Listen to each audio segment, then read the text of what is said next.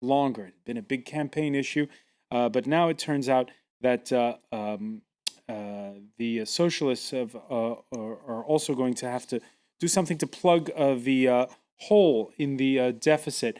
And it begs the broader question, which is, how does France rebound, and can France reform? With us to talk about it, Socialist Member of Parliament Philippe Cordery, who represents the French abroad. And your home constituency is Belgium, the Netherlands, and Luxembourg. And Luxembourg, so French people living in those three countries. Leonidas Kalogeropoulos of the French Business Leaders Association, Ethic. And also with us is Gérard Ducilol of the Thomas More Foundation. Thank you for being back with us. It's been a brutal couple of years for France's economy. Perhaps one of the emblematic symbols, that you could say, of the tough times that have been faced. France's second largest car maker, Peugeot. Last year it was forced to shut a major plant in Paris's northern suburbs, and yet hope springs eternal. The company has just had its share price going up, and it's unveiled a new model, the 308. But the jobs, well, they may be gone for good. The boss of Peugeot spoke to France 24's Matthew Warren. We are here in Sochaux, the cradle of the Peugeot brand, and we want to keep an important part of our production in Europe and in France. But there is this question of competitivity, and clearly the question of labor cost is key. We had to decrease our production facility and to take that difficult decision to close the Aulnay plant, but it is really necessary to be sure that the rest of the production keep a minimum level of utilization. So we were talking before the break, high taxes, high labor costs. Can French manufacturing rebound? No, definitely no.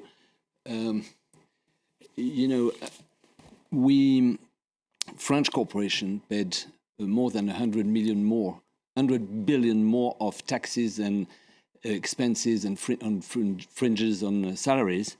It is 125 billion more than Germany, meaning every year 6% of GDP they pay paid in taxes more than Germany. That means that year after year, these companies generate much less profit, are much less profitable.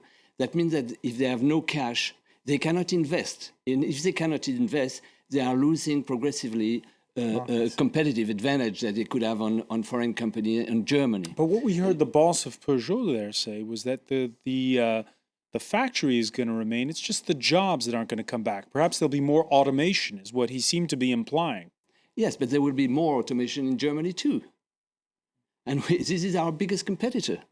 So I discussed 1 year ago with the former CEO of a very big service company, which is making 5 billion sales, which is a huge one. And he told me I made a study in order to move my company from France to where? Not to Asia, to Germany. And I would save 600 million of taxes and expenses on salaries. 600 million means 4% of the total sales of that company. So that means how can it compete with the German company? Because there is a German competitor that is as big as this one. So as long as we will not make in your forcing in your program a substantial decrease of expenses on salaries and on company by more than 100 billion, the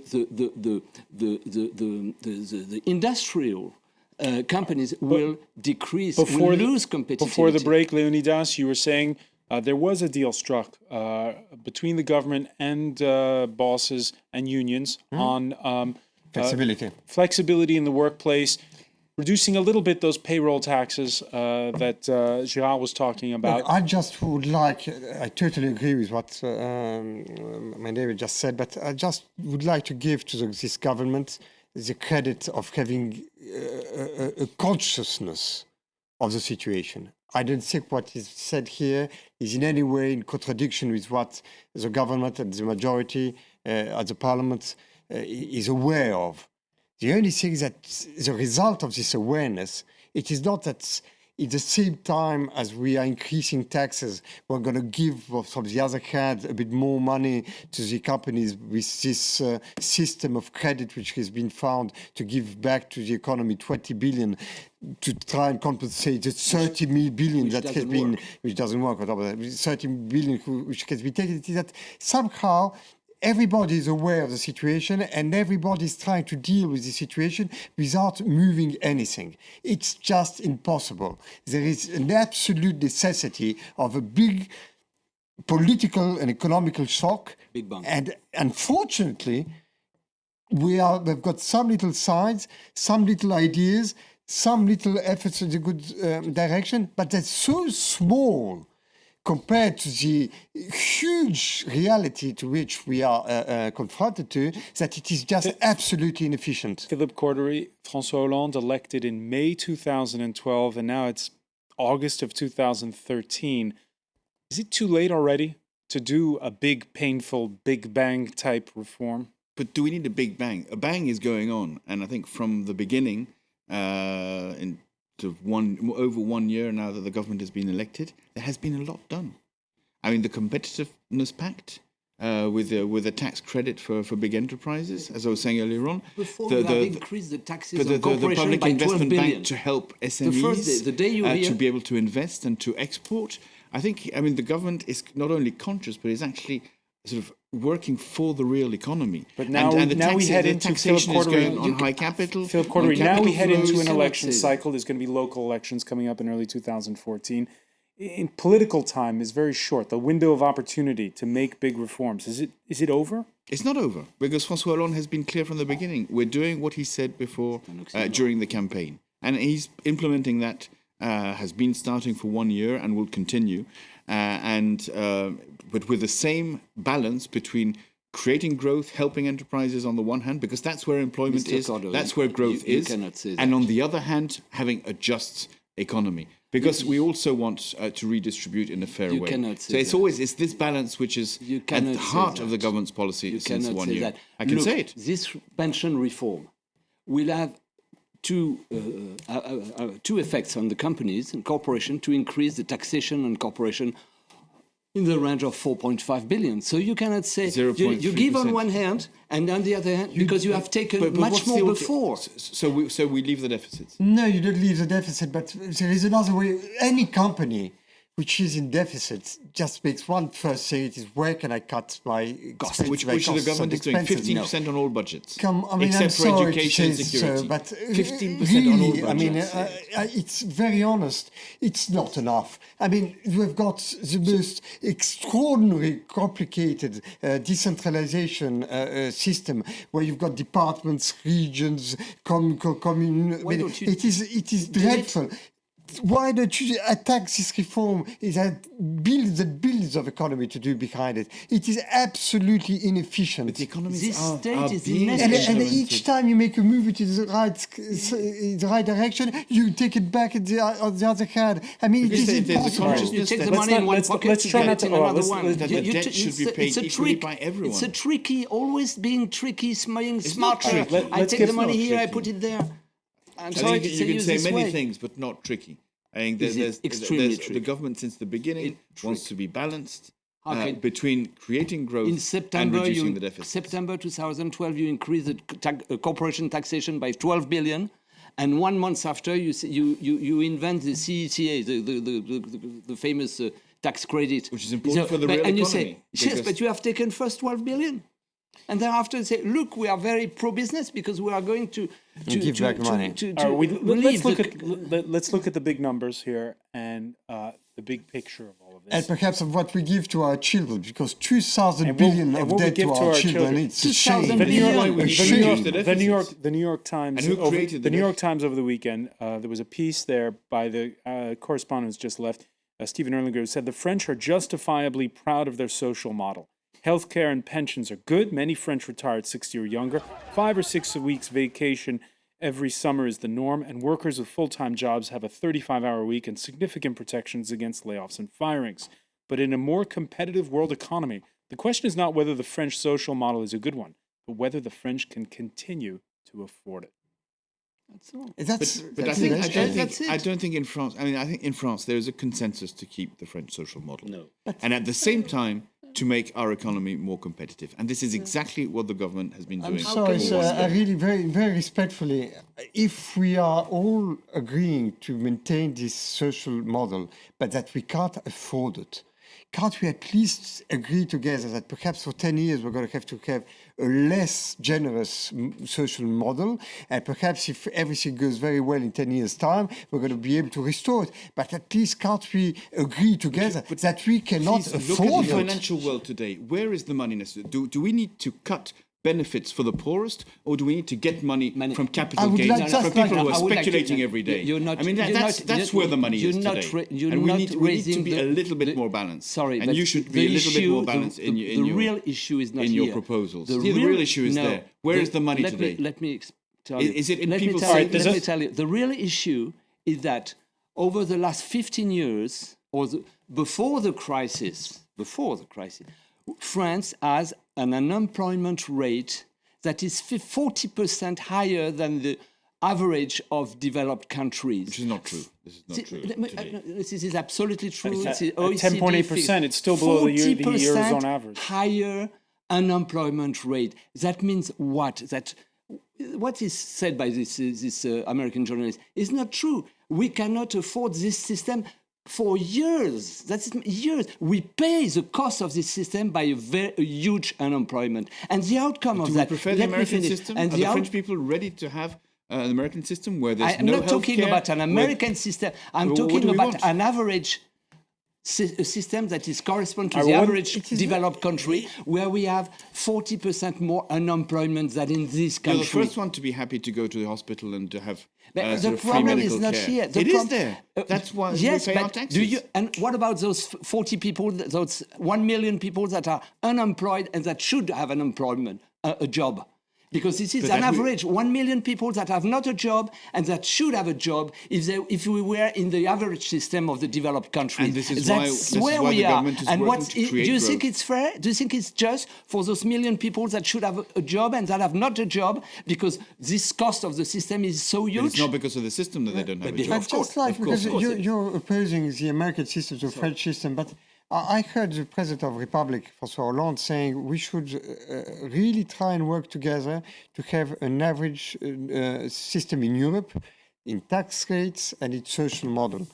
I mean, if we are really aiming for an average system in Europe, we're obliged to make economies on ours because nobody seems to be eradicating to come to our system. So, I mean, we could at least have the average of Europe as being a good aim, not necessarily to go to the American system. But we're doing that. It's a You contradiction on you some- mentioned Europe. One man who has an idea on how to fill the coffers is the Vice President of the European Commission, Ali Rehn, who gave an interview to one of the French newspapers over the weekend. He not only wants a halt on increased taxation, he wants to see major reform of the state-run sectors of the economy. The Commission expects results on three fronts: competitiveness, an opening up of the services sector, which still has too many barriers and too many regulated professions, and an opening up to competition of the rail and energy sectors, where the national rail company SNCF and French energy giant EDF remain virtual monopolies. These companies, these big monoliths, couldn't they at least be partially more opened up than they are already right now? EDF is a huge player in around Europe, but couldn't it opened up to competition here in France more? I think that's sort of planned in the European in the European directive. Do you agree with Ali Rehn? But it's important to keep the energy sector sort of partly public. The Olli Rehn, I think, should work a little bit more on the European economy and how to create growth in Europe, and maybe a little bit less look into the details of the national policies. And he's the first one to give lessons, but the European Commission, run by Barroso and Wait a Olli minute, Rehn, it's not a detail. They've just given France a 2-year free pass to keep their public deficit above 3%. So yes, it is. I mean, it is their business. Which is the European regulation, and everyone is conscious about that. But instead of But giving doesn't that give him a lessons, say a little bit he should on what do a happens in little this bit country? more, because we have an agreement in Europe to have a growth pact in Europe, and I don't see much coming out of the European Commission I'm there. sorry. I think Olli Rehn should be working more on that than giving Because lessons you can't constantly because say the that 3%, everybody- the 3% everybody- deficit, we know about it and we're conscious about it, and the government has mentioned it, and we know. So that's I'm fine. sorry, but the FMI has said the same thing. The European Community has said the same thing, and much closer to us, la Cour des comptes is saying every day, State auditor. nearly every day, the same thing to the government. I mean, at some time or another. Perhaps, I mean, there's not a big issue between us. Can't one say that perhaps the government should go a bit faster and further in the reforms? Can't we at least agree on this? But the reforms are, I mean, what is the government doing? The I mean, pension I'm reform sorry, now? the reforms Nothing. of reducing expenses. Yesterday, the labour where market. the reducing expense of the expenses. It increased taxes, I it mean, reduced where revenue. is The budget the debate big- starts in 2 weeks' time. There's 15% reduction on all the budgets planned, except for education, security, which are preserved. Policing. Policing. Yeah. I think, I mean, that's reducing deficits also. Huh? A comment on Twitter from Michael. He says the EU needs to be more aggressive about protecting all industries in Europe, not just France, especially in the auto sector. Leonidas, the state does still have a role to play. Do you agree with that viewer? I do perfectly agree. I'm absolutely not in the posture of saying that liberalism needs no state at all. I just see that in France, 56% of the economy, 57 now of the economy is occupied or overloaded by the excessive place of state. But I've never pleaded for no place at all for state. I absolutely believe that the state has a role in regulating economy, but regulating economy doesn't signify implying itself in the economy. It's got to stay outside, like and making police, like in free competition, like the European responsible who was saying that there are too many monopolies in France. And yes, of course, states got a role in these issues to open up economy and create the conditions of growth, but certainly not interfering with economy the way we're doing it in France. But I agree with what your Twitter said. Now, we're talking about big reforms. You both mentioned how we needed a big bang. Back when he was German Chancellor, Social Democrat Gerhard Schröder overhauled the country's economy. Those were painful reforms in the short run. He was booted out, and the left has not been seen back in power since in Germany. Over in France, well, there's the specter of 1995, when Alain Juppé, Jacques Chirac's first prime minister, initiated an ambitious pension reform. He got clobbered by paralyzing strikes. The reform was scrapped. In fact, critics would argue that Jacques Chirac learned to, well, leave well enough alone for the remaining 11 and a half years he spent in office. There is a wariness when it comes to big reforms. We have a comment on Twitter saying no European nation can compete with German industrial might. They've gone through the reforms and paid the price. And that's the big question that comes up again and again, that François Hollande knows what to do, but people question whether he's got the spine to do it. But what has been done? The labour market reform, the reform now of the pensions, they're there, they're financed, they're pragmatic, they're just. And I think it's this balance between justice and the necessary reforms, which François Hollande said in his campaign, is implementing now. And I think the French economy, we can... But hardy measures to make it so that the French economy doesn't rely, 57% of it doesn't rely on the state? But the important thing is to create growth tomorrow and to be able to... We're not destroying growth. We're not destroying because growth. You're destroying companies. This is not the state that makes... You cannot say that. I mean, I'd like people from the MEDEF to be say or not if the enterprises are being destroyed today. I think we're trying to sort of put focus on helping enterprises which are in the real economy and taxing more those that are speculating. Look at the current account. This is the current account of all countries, including Greece, Italy, Spain, Portugal, has dramatically improved since the beginning of the year. The only and of course Germany, and the only country where the current account is still deteriorating is France. Explain me why. And we know then that you are creating, you are destroying growth by destroying confidence, by always putting additional taxation, by always creating fiscal and tax instability. Because this reform, it is the fifth in 20 years. That means one every 4 years. That means that you will have, or someone else will have to do another one within the next 2 or 3 years. So you can never project yourself in the future because the rule of the games are changing all the time. And you will have at some point in time to face the real reform. I'm sorry about this idea of stability, which is very important, of course, for companies, because the stability is a condition of confidence. The real issue, the reason why we're going to have more taxation coming in the coming budget, it is that, on the contrary of what the government expected, there's going to miss 4.5 billion of income of taxes in the current year. And why do these taxes not come in? It's that the level of taxation has arrived so high that people start leaving from our country, and that's what was mentioned in the MEDEF's Congress today, which is the fiscal hell. There is a moment when hundreds of people leave France, the talents, the people who are ready to make companies, worse than the ones who have succeeded, the ones who want to succeed, the young. I mean, it is horrible to hear parents saying, my young daughter or son of 20 years old who wants to create a company has gone in Luxembourg, in Belgium, in Great Britain.